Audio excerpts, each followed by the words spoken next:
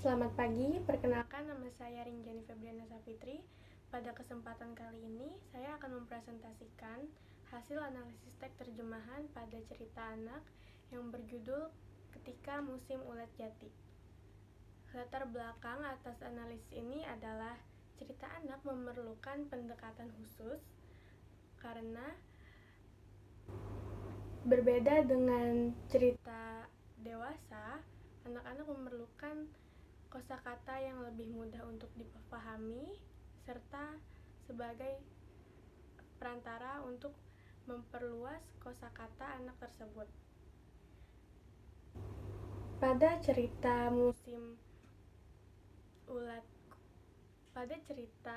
Ketika Musim Ulat Jati, cerita ini menargetkan anak-anak berusia sekitar 5-9 tahun dengan kesesuaian bahasa untuk pembaca. Dengan target sumber bahasa Indonesia dan teks sasaran yaitu bahasa Inggris. Kemudian metode analisis yang saya gunakan pada analisis terjemahan kali ini yaitu perbandingan teks sumber dan teks sasaran, evaluasi kesesuaian dengan target pembaca anak-anak, dan memberikan saran perbaikan agar terjemahan tersebut lebih natural. Kemudian, saya menyimpulkan beberapa hasil analisis yang sudah tepat. Di antaranya, padanan kata ulat jati dalam bahasa Indonesia, yang kemudian dalam bahasa Inggris adalah tick caterpillar. Jadi dalam bahasa Inggris, kayu jati disebut tick dan caterpillar adalah ulat. Lalu pada teks tersebut itu sudah sesuai dan sudah sangat tepat. Ulat jati adalah tick caterpillar. Lalu kemudian contoh kosakata yang sudah sesuai dengan target yaitu adalah capping menjadi conical hat.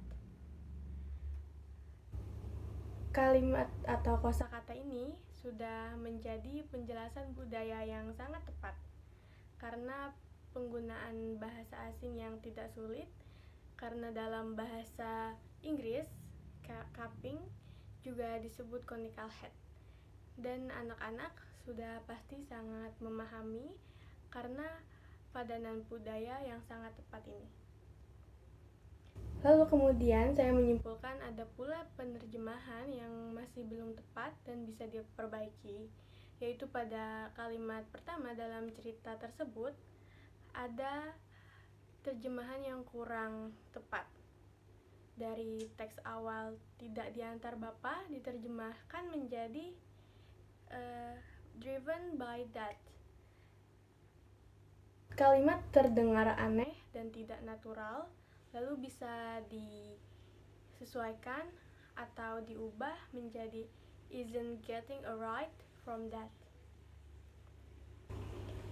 Lalu pada kalimat yang lain, ketika kalimat tersebut berbunyi pakai apa ya?